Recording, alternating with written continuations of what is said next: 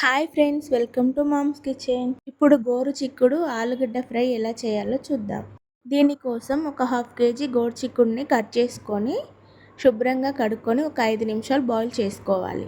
ఇప్పుడు stove on చేసుకొని ఒక ప్యాన్ పెట్టుకొని ఆయిల్ వేసుకోవాలి. ఆయిల్ హీట్ అయిన తర్వాత కట్ చేసి పెట్టుకున్న ఉల్లిపాయ, పచ్చిమిర్చి వేసుకొని ఫ్రై చేసుకోవాలి.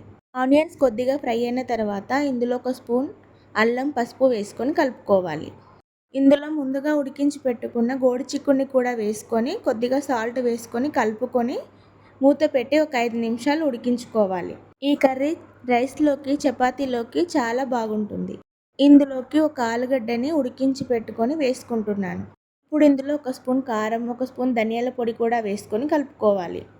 మసాలా మాడిపోకుండా ఉండడానికి నేను ఇందులో కొద్దిగా వాటర్ యాడ్ చేసుకొని కలుపుకొని మూత పెట్టి ఒక 5 నిమిషాలు ఉడికించుకున్నాను. ఇప్పుడు ఇందులోకి కొత్తిమీర వేసుకొని ఒకసారి కలుపుకొని స్టవ్ ఆఫ్ చేసుకోవడమే.